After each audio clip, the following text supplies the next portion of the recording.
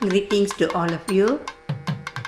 When Diwali comes, all of us start thinking of the 6 days fast we observe towards Lord Murugan, and it is therefore called Kandasashti. And the 6 days fast, its climax is the Soorasamhaaram, which means the warfare between Lord Muruga and the Sooran, whose name is Soorapanman. And it involves mainly the three brothers, Soorapanman, Singamuhasuran, the lion-faced demon, and one more is Thilagawasuran, the elephant-faced demon.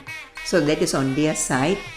And on the god's side, he also, when he appeared from the 6 flames which came out of the third eyes of Lord Shiva, so many of his the so-called siblings were born, and they all were meant to go along with him to help him in the fight against the Soorapanman.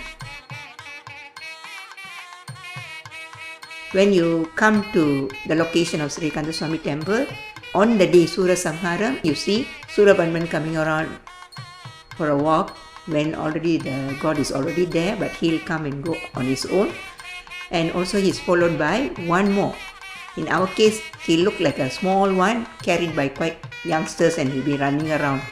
But actually he's a grown-up. His name is Veerabakudeva, and we call him also a younger brother of Lord Muruga, and he was the army captain. So he'll come and inspect the place and go. In fact, he's the one who runs around, fights mainly, and comes and gives the messages, the latest updates to Lord Muruga. Among the three, the youngest brother comes first. That he is the elephant-headed Thilagawasuran.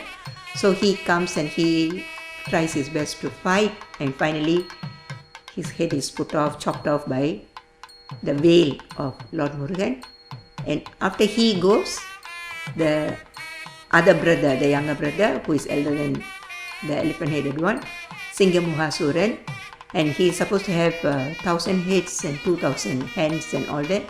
He comes, so he is supposed to be more stronger, and he comes and fights, and finally he is also killed.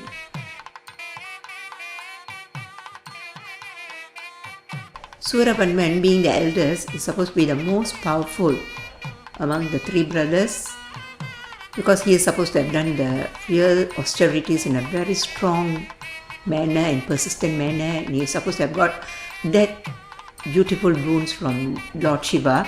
So he is very, very powerful, and therefore he goes on trying all the luck using his power. So we see in the scene, the battlefield at Sri Kandaswamy Temple, at one time he'll come with the light, and another time he's brought with a dark cloth on him.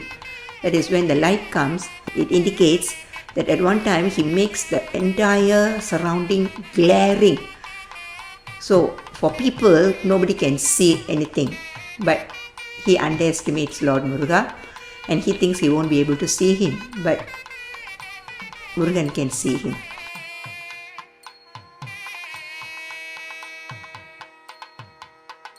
Similarly, darkness, pitch darkness, that one is indicated by he coming with a black cloth. So even then, he cannot succeed, because Jnanam is spiritual knowledge. Spiritual knowledge gives you to see through and through, beyond anything. So finally he comes back and he fights, and finally he comes and fights on his own.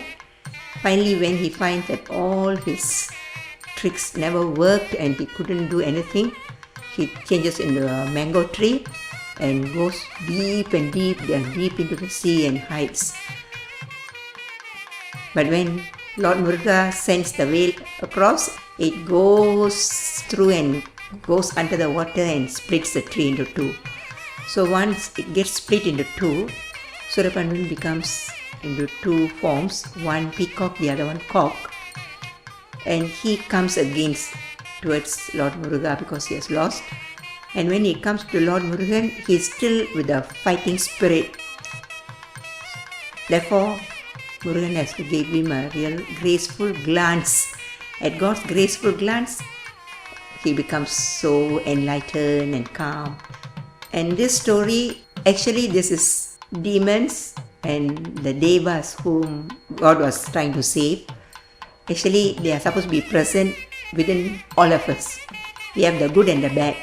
So always there's a warfare between the good and bad. You want to be good, but the bad takes over you. So that is basically the underlying meaning. So we have to catch hold of. The devas finally going to surrender to God. So we have to really surrender to God to win within ourselves, to become a better devotee and a better human being. Anava, Kanma, Maya are the three things which hinder us from at least getting inspired to become good, to get into God's grace and finally reach His feet. Anava actually means spiritual ignorance in the strict sense. We call it spiritual ignorance because everything God is doing from within us, but we say I. That is an ignorance. So that is where Sooran also had. And then Karma is the good and bad deeds. I always say we have to get a zero karma to get to the feet of the Lord. So we have to start doing the karma with that real feeling, God is doing it for me. Nothing is mine. The humility. Then Maya is all the worldly things. And not realizing the God again, but all the worldly things, they look so good. We think the land is going to be ours forever, not knowing we are going to go off. Everything is that false concept. We are going to be here forever and we want to fight for the property, we want to fight for the status. So all this come under Maya, and Maya is mainly all the worldly things, that's it. So all these three are the ones which pull us down from going towards God. And so these three are depicted by having three brothers. Anava is depicted by Surapanma. Kanma is depicted by the other brother, second one, Singamoasura. And Maya is depicted by Targasura. And among the three, first thing is to realize in world nothing is permanent. It's easier and sort of start getting detached. And Kanma, the second step, that I have to start really telling myself everything God is doing for me. Thank you, God. So good or bad, everything you did. So that aptitude we get towards our deeds and thoughts, then God takes it as His. So we'll start coming down in our Kanma.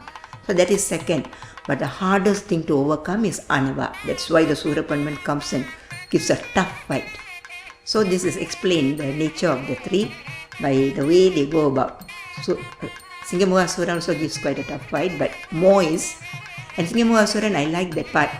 Whenever God cuts his that much of arms and all that, it grows. And why? The deeds, when we come on this world to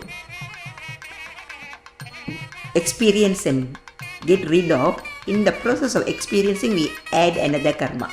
Because you slap me, I say, oh you slap me, I slap you. So I add one more karma. So I must say no.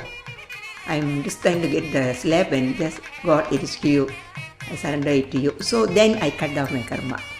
So this is what the basic thing we have behind the story. So we have a beautiful philosophy for life. So with understanding, let us enjoy.